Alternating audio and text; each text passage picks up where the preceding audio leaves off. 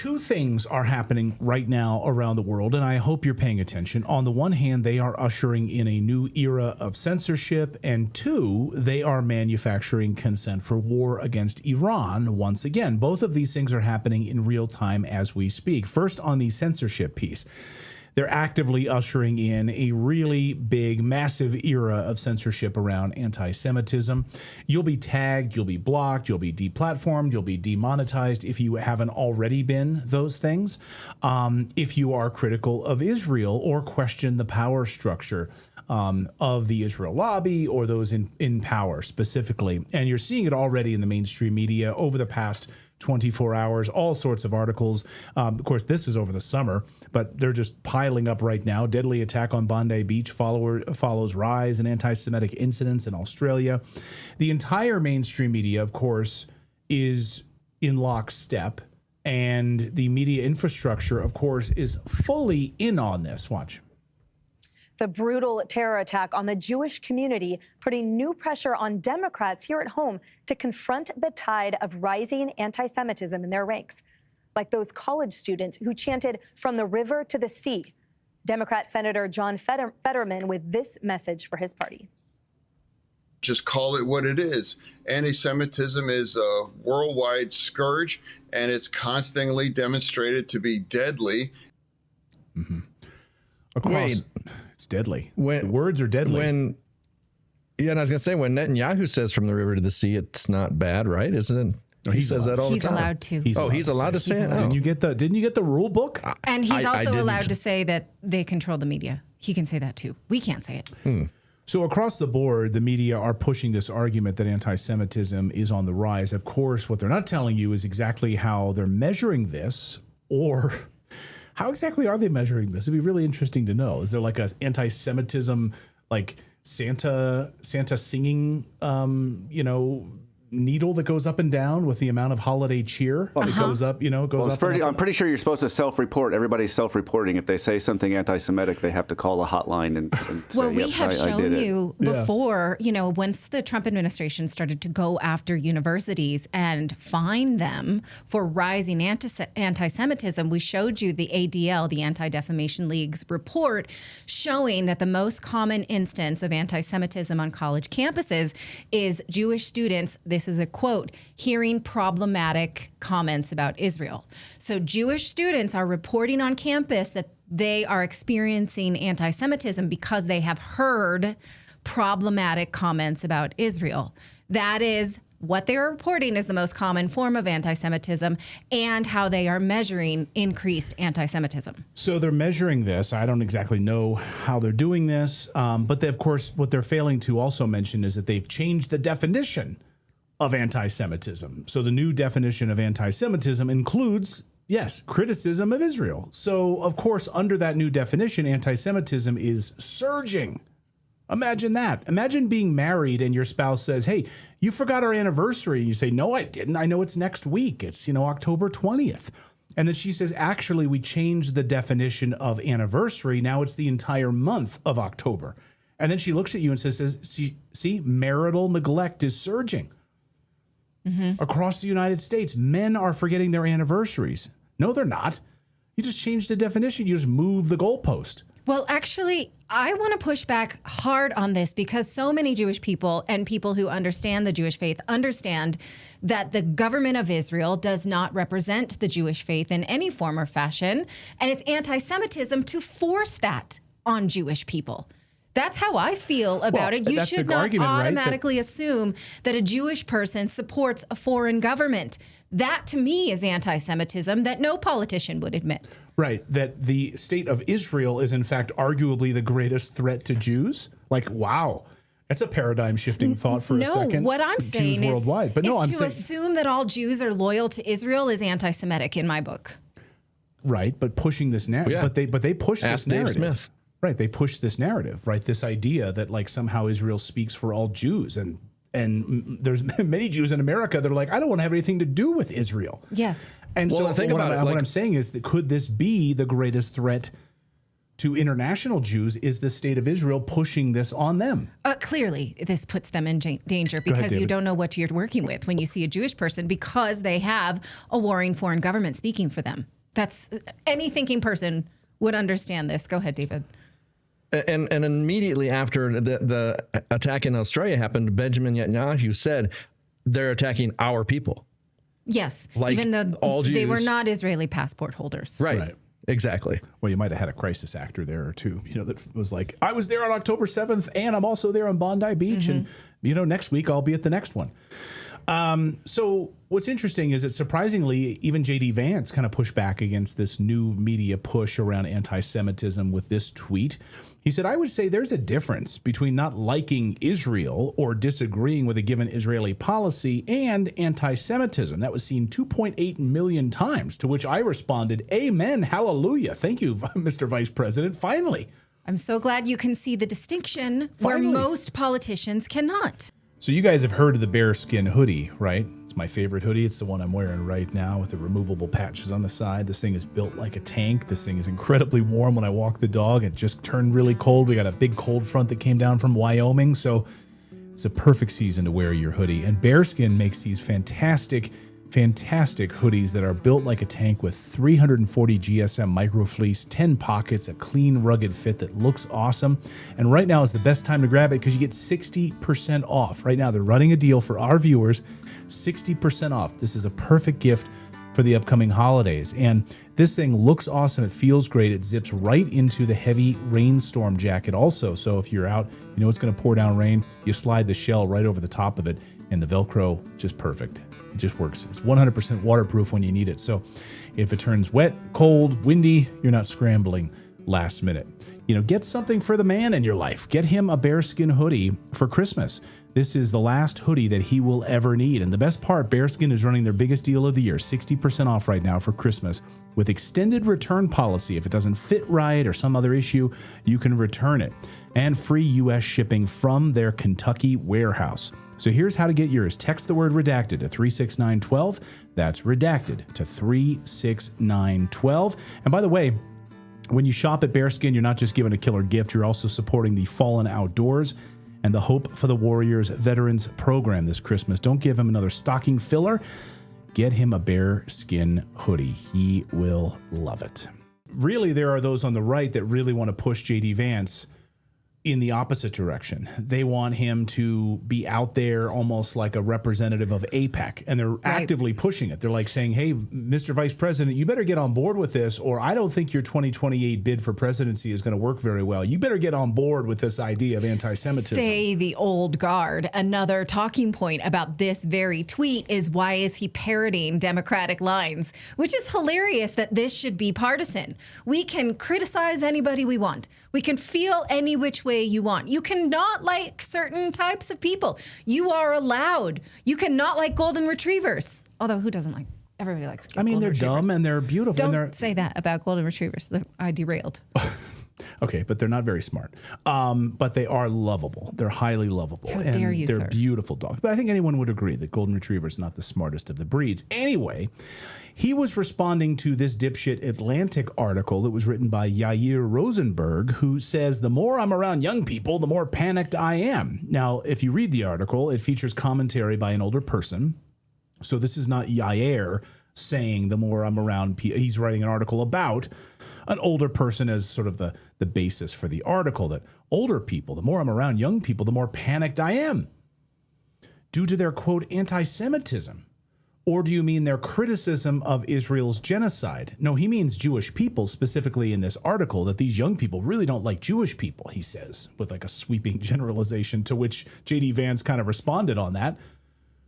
Said, it's okay to actually criticize Israel if you're not a fan of their policies. Like, that doesn't mean they're anti-Semitic. Anyway, in Australia, home to the Bondi Beach attack, the expected, of course, is happening right now before our eyes. The government now admits that despite the fact that they already teach the whole history of the Holocaust to their children. No, they teach the Jewish Holocaust. They leave out.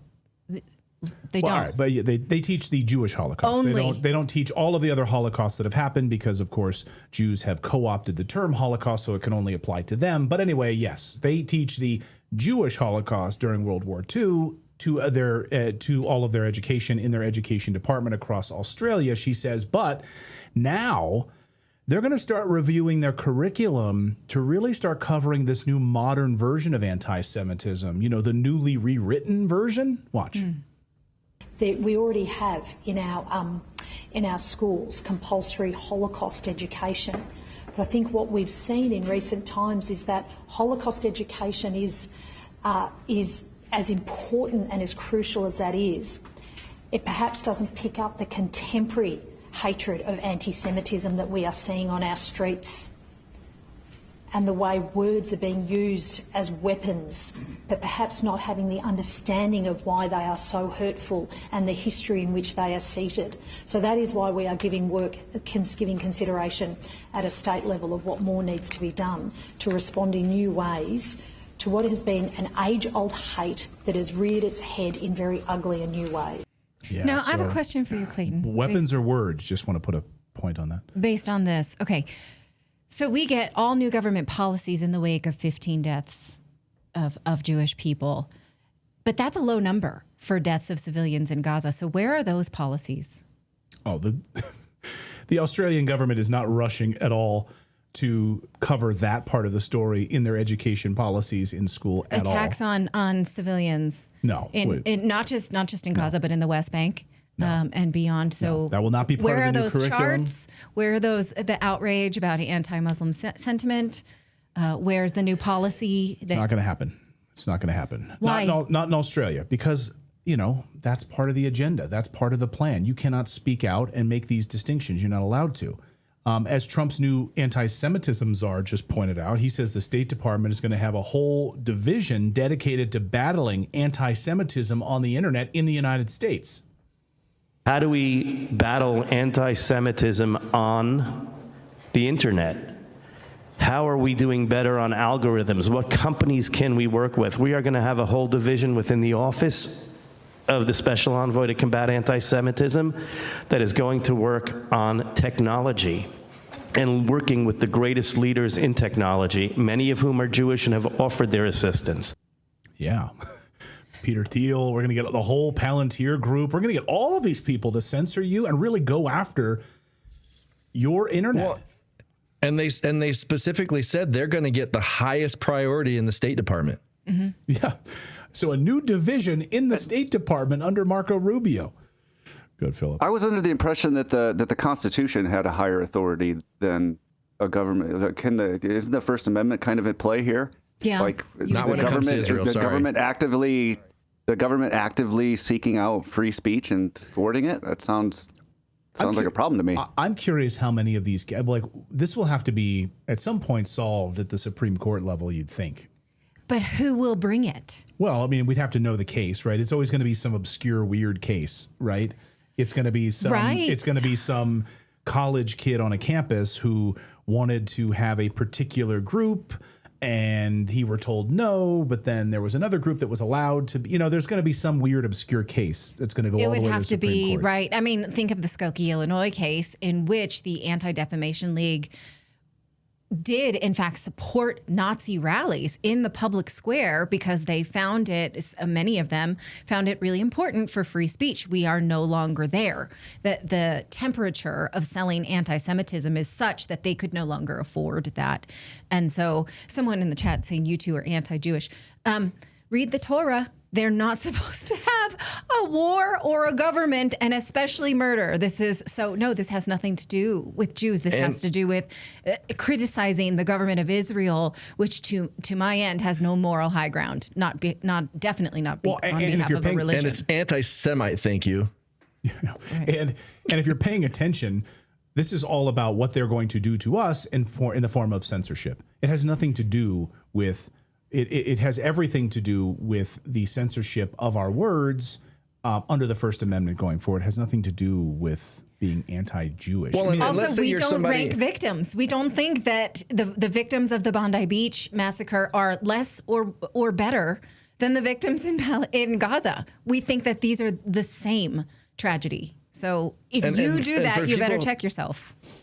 Exactly. And there's people that like you worry about the economy, so you don't want us sending money overseas anywhere. Guess what? If you don't want $3.9 billion a year going to Israel, you're an anti-Semite. So even if it's a policy thing for you with the economy, they're going to paint you as an anti-Semite. I mean, that's why I go back to J.D. Vance's tweet, right? It's succinct and it's spot on, right? I think that this is a new generation. It's the falling out of the neocons who have sold their love for Israel as the number one virtue. And he understands that he's not going to be able to run in the next election unless he breaks with them. That seems quite obvious to me. He's got to break that, because you have idiots like Lindsey Graham out there today saying, you know, he thinks you're an idiot if you don't support Israel. Like, those were his words. You're an idiot if you don't support Israel. And he's totally fine giving billions of dollars to Israel. He says we have a common enemy. Okay. We have a common enemy. No, I think we're helping Israel with their enemy. Like, what sort of, has Iran ever attacked us? Like, what sort of common enemy are we talking about here? Did Iraq attack us? Did Libya attack us? Okay, we have a common enemy, that Israel has an enemy, and we are just jumping on the bandwagon to support with billions of dollars in support. Anyway, so censorship is the first piece. Manufacturing consent for war, of course, is the second piece. As we reported yesterday, multiple attacks simultaneously carried out. Israel inserting itself into these attacks, claiming they were carried out by the country of Iran. I should be clear, Benjamin Netanyahu sticking himself into this. You know, he warned Australia that this would happen, almost as if he knew this was coming. He has remarkable psychic abilities. Nick Fuentes said last night, get ready because they are trying to take us to war with Iran. It is alleged that they are Islamic State, but it's also been alleged that they're with Iran. The first thing that I saw before anybody knew anything is that this attack was carried out by an Iranian-backed group. This was from Israeli intelligence. This is from the Telegraph in the United Kingdom. This was reported in mainstream media sources. They said Israel believes that Iran was behind the attack. Well, why would Israel have an interest in saying that? Well, Israel is chomping at the bit to go to war with Iran again. And if you've been paying any attention at all, for the past several weeks, they have been talking about how Iran has rebuilt its missile arsenal. Iran has as many medium or longer range ballistic missiles today as they did before the war in June. And they've also been talking about how maybe Iran's nuclear program was not completely destroyed, and now Iran poses a threat to Israel again. So all of a sudden, once again, they're working it. They're working the angle. It was Iran, and now we need to bomb Iran. Yep. So get ready.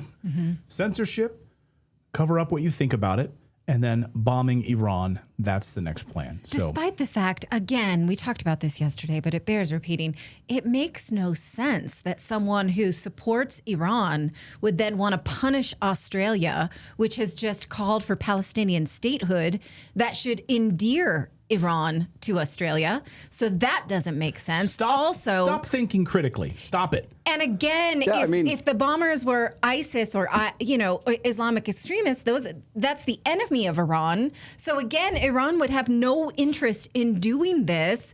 They don't need a proxy war. They can just go directly to another war with Israel if they actually wanted to.